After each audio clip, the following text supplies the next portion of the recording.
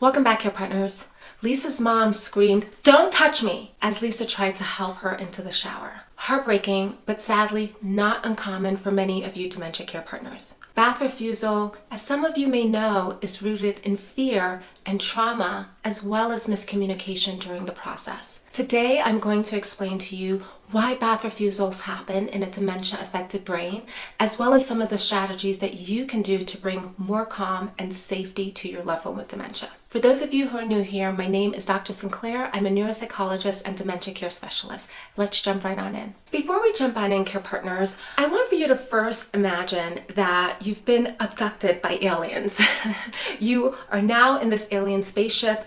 It is bright. There are strange and unfamiliar tools around you. There are these alien beings pulling and tugging at you, speaking in their language that you can't comprehend. And what is that going to do? You are going to be panicked and scared, and you're probably going to fight. You're probably going to run away. You're going to try and protect yourself. That is kind of what it's like now for your loved one with dementia who needs to have a bath. The bath has now become this terrifying, threatening situation in which the faucet is now a threatening tool. The sound of the water is loud to them and scary. The cold air against their skin when you take their shirt off is now a threat. So this experience that used to bring them joy and maybe even relaxation is now equated to an experience of being abducted by aliens. Their brain, because of dementia, has now warped the entire experience to make it a threat experience, a threat event.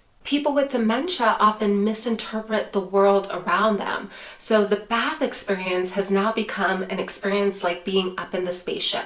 They think that they're being punished in some way, or they may even think that they're being attacked because they're being yanked and pulled at. So refusing a bath right now, Care Partners, is not stubbornness, although it feels like it. It's not. It's actually fear and disorientation and confusion because of what dementia is doing to your loved one's brain. This segues well into our first strategy, Care Partners. Because bathing can now overwhelm your loved one's senses, let's try and bring some calm into each of those sensory experiences. So for example, instead of the room being bright and scary lighting, we can have some soft candlelight in the room. We can also have some lovely scents, right? Just think of all 5 of your senses, Care Partners. We can have something lovely that your loved one is smelling when they enter the room. We want the room to be very warm because we know that your loved one's brain with dementia is now throwing off their endocrine system, their ability to regulate their temperature. And so when you think the room is warm, it's actually still quite cold to your loved one with dementia. So we may even want to bring a space heater into that room, have it warm up the room for quite a bit. You'll be sweating bullets, but they will be comfortable and warm. So we're going to have soft lighting that they're seeing, lovely scents that they're smelling. It's going to be a warm room so that when you take their clothing off, it doesn't startle them. And then also, as you are washing them up, Care Partners, maybe even having a removable shower head. That's so important for your loved one with dementia because that can give them some control. You can actually put the shower head in their hand and then start off maybe on their foot as they are sitting in the bathtub, right? And you're asking them, how does this feel? Is this temperature okay? Is this pressure okay? You are going super, super slow, Care Partners. Again, think of yourself in the spaceship. If people were tugging and pulling versus gently kind of leading you, even if it was a strange experience, but you were being gently led and encouraged, you would go along with that. So think of it in that way, Care Partners, okay? It's important to also narrate each step that you're doing. So let's take, for example, if you are doing a sponge bath outside of the bathtub. So maybe your loved one is seated in the bathroom, or perhaps they're seated right on the toilet next to the sink. You want to narrate step by step what you're doing. So maybe starting off with mom's hands, going gently. How does this feel, mom, against your skin? Starting with the fingers. Now I'm going to move up to your wrist, mom. Now I'm going to go up to your forearm, and we're going slowly, even slower than what I'm doing right now in this video, Care Partners. Then I'm going to do your elbow, mom, and you go slowly, and then you just go up. her body and then go down her body. Nice and slow, narrating each step, remembering that a dementia-affected brain needs for you to go slow, especially when there's so much sensory overload going on for them. If you are in a shower, I do recommend a bath seat for safety. It also gives your loved one a bit of control, having them sit down, and as I mentioned before, starting off with the shower head in their hand so that they can control some of that experience. And again, you narrate as you slowly move up, maybe this time starting from toes, and then you slowly move up the body. Care partners, it's important to know that maybe your loved one's refusal is not rooted in that overstimulation of the brain, that threat response being activated. Maybe their refusal is rooted in modesty. And so the next strategy to make this more comfortable for your loved one with dementia is to recognize their dignity. So for a loved one with dementia who's refusing because of modesty, you may, if they're in the shower, seated down, you may want to cover them up, their top part up with a towel. You may even want to drape a towel across their lap. And again, having a removable shower head allows you to hand that to them and they can clean themselves up. And if needed, you can intervene and help and guide. Okay, putting your hand over their hand, they are still maintaining the control by holding the shower head. Another way that you can encourage modesty for a loved one with dementia is to have them wear a bathing suit. I am not above telling my clients to have their loved ones with dementia wear a bathing suit into the shower.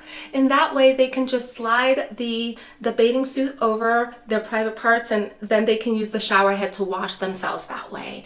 If that's what you got to do, then that's what you got to do, care partners. But have them wear a bathing suit to cover themselves up if they're feeling a little exposed. Okay?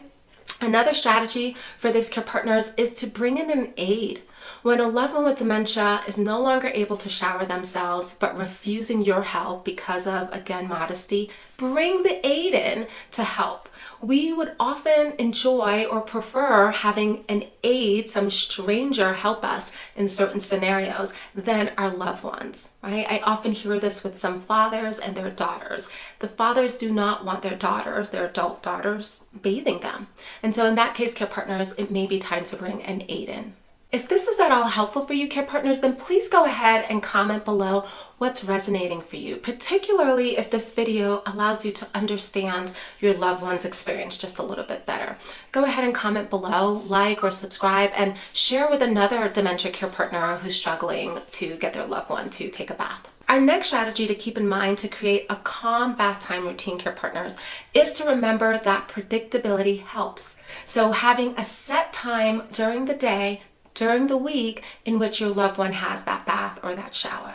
If one week it's morning time, the next week it's evening time, the next week it's afternoon time, it's just too confusing for a dementia-affected brain that's already going to be overstimulated by all of the bath time activity. So if you can have one time during the week that you are showering or bathing your loved one with dementia, that routine is going to be helpful for them.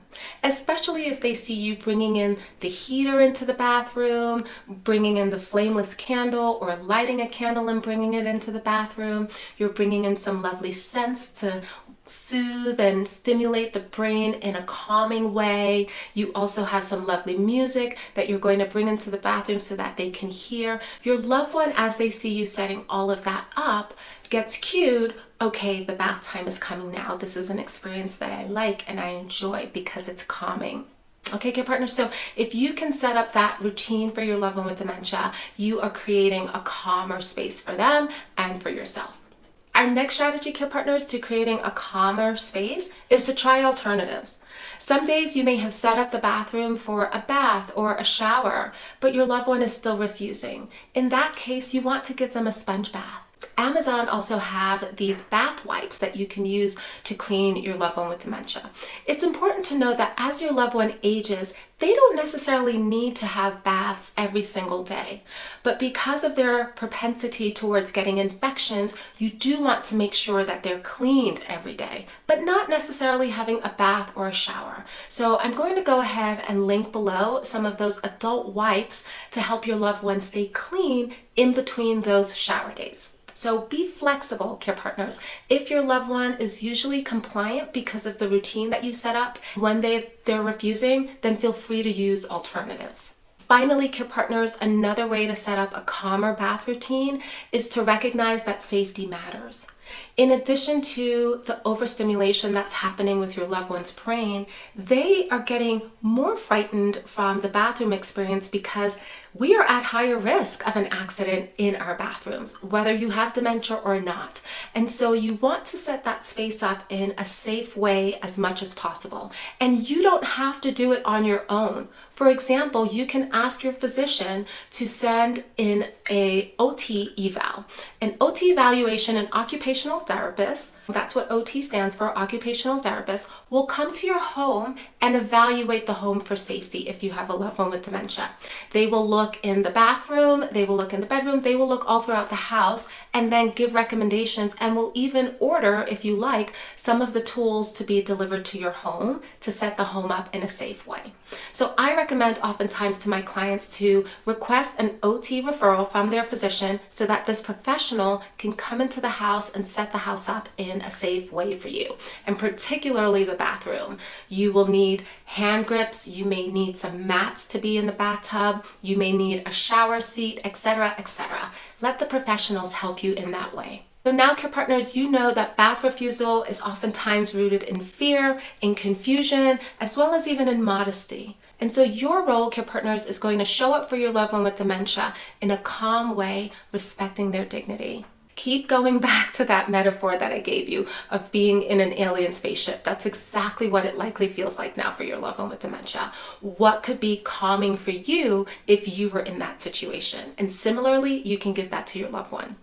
Another topic that's really stressful for care partners is sundowning. If you don't know what that is, then think of it as your loved one with dementia at around that 4 p.m. hour starts to get restless and agitated. If that's happening, then go ahead and check out the next video. I'll see you in the next one. Bye.